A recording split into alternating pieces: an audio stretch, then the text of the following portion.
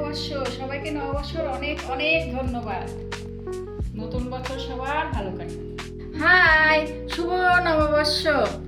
আমি আজকে আম পান্না বানিয়ে নিব। দুটো কাঁচা আম নিয়েছি, কাঁচা আম পুড়িয়ে আম পান্না বানিয়ে নিব। তো প্রথমে আমি গ্যাসে পোড়ানোর জন্য দিয়ে রাখছি। একটু গ্যাসটা বড় করে পুড়িয়ে নেব। এই যে দেখুন, আমি আমগুলো পুড়িয়ে নিয়েছি। এখন একটু ঠান্ডা করে নিব, পুড়িয়ে ঠান্ডা করে তারপরে শরবত বানাবো। এই যে আমার আমগুলো এখন ঠান্ডা হয়ে গেছে। এখন আমি ছুলে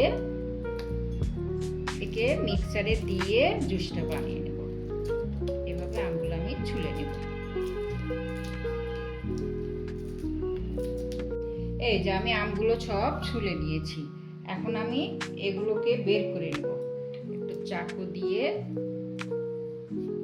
এরকম করে বের করে নিয়ে তারপরে পেস্ট বানিয়ে নেব।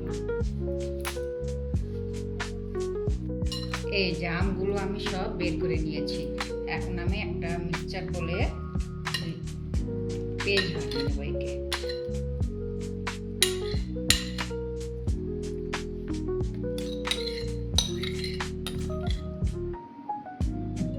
এর মধ্যে আমি চিনি দিব একটু, 1 চামচ, 2 চামচ চিনি আর 1 চামচ লবণ আর একটু ঠান্ডা জল দেব।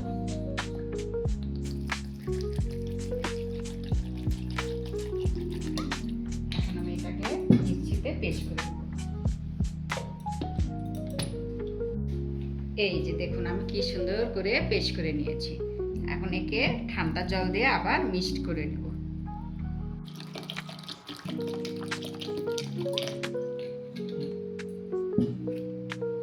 এর মধ্যে একটু গোলমরিচের গুঁড়ো দেব, গোলমরিচের একটু চাট মশলা দেব,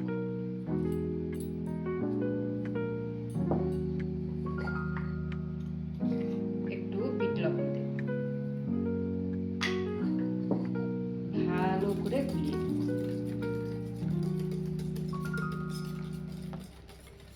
হয়ে গেল আমার আম পান্না।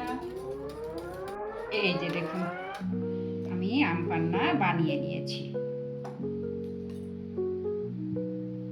এই গরমের মধ্যে 1 গ্লাস আম পান্না খেলে পুরো দিন আর গলা শুকায় না।